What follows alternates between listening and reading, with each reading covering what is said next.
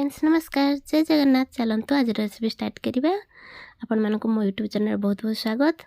देखंतु आज गोटा पटल भजा बनाया पई मोठी किछि पटल नेछि। एबे ताको छुरी साहाय्य तार चोपा गुडी को भल भाबरे छडे देबी। चोपा छडे सारी तार ऊपर और तळ भाग को काटी देबी एवं छुरी साहाय्य रे तार मझी अंश को छुरी साहाय्य काटी नेबी। देखो मु तार ऊपर तल भाग काटी नेली। एबे छुरी साहाय्य ऊपर एभली पुरेकी छुरी को एभली पुरेबे। देखो तल जाए काटी नेबे किंतु तलटा संपूर्ण काटिबे नहीं। देखो मु केमती काटी नछि। एबे देखो एभली भाबरे काटी नेबे एवं एभली भाबरे ताकू देखो मु केभली काटी नेछि। एबे ताकू गोटे चामच साजे तार मझी अंश गुड काढी नबा।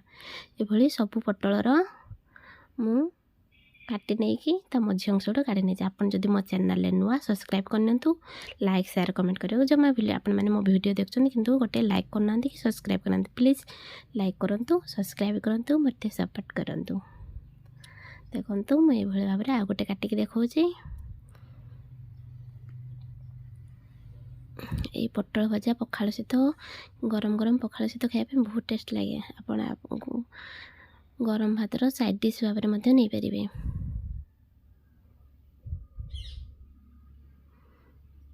देखो कमी काटुची आपड़ से भाव में काटे और तार मझी अंश गुड काढ़ी ने।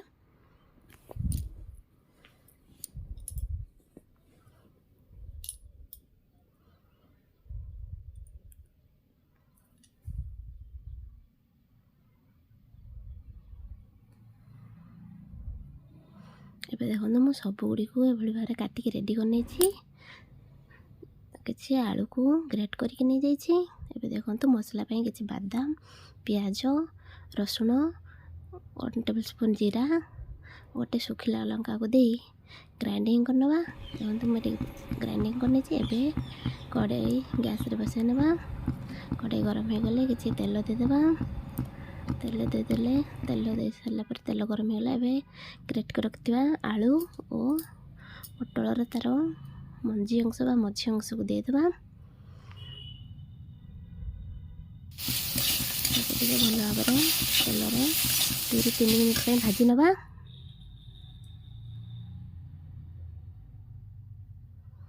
एबे सेतिरे ग्राइंडिंग रखिथिबा बादाम पेस्ट को पकई नहीं भल भाव में कषा। तार कंचा गंध गला पर्यंत कषा। एबे सेतिरे रेड चिली पाउडर, स्वाद अनुसार लुण, हल्दी पाउडर,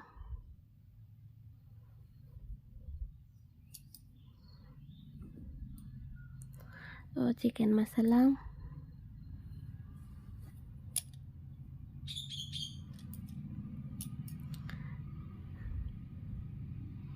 एबे ताकू भल भाव में गोले नवा।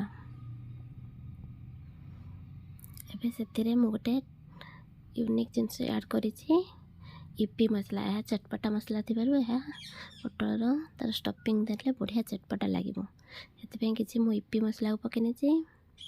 आपण चाहिले याको स्किप मध्य कर परिबे।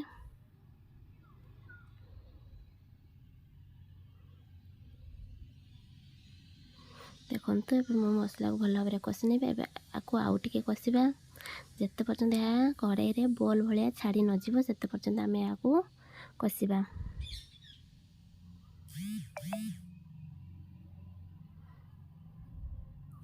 देखंतु या हे आसलानी। देखंतु या कड़ाई रु छाड़ी आउची। याको आमे काढ़ी ठंडा करनबा। ठंडा हो गला परे एबे याको आ भितर आमे पुरेबा। देखंतु मु कोले पुरोची। प्रथमे याको 2 हाथ रे धरि मेला करतेबे ताकू आ भितर पुरे नेबे। एभली मु सब गुडी को पुरे के रेडी करनेबी। देखंतु मैं एभली सब गुडी रेडी करने छी। एबे सेतरे टिके लूण को पकई गळाई नबा। एबे कड़ाई रे तेल गरम करनबा। सरिष तेल पकई नहीं छी। सरिष तेल रे भाजले बहुत टेस्ट लगे। एबे सब पटल को पकई नेबी।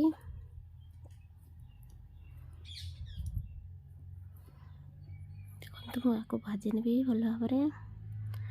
एपट सेपट लौटलिकी ତାକୁ ଚାରିକଡ଼ ସାଇଡ଼୍ ଭାଜି ନେବି ଭଲ ଭାବରେ।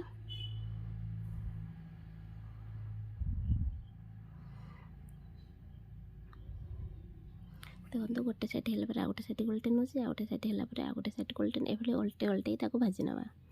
ଦେଖନ୍ତୁ କେମିତି ଭଜା ହେଉଛି।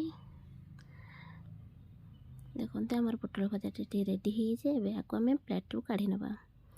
ଆପଣ ଏହା ବନାନ୍ତୁ, ଖାଆନ୍ତୁ। ରହୁଛି, ନମସ୍କାର।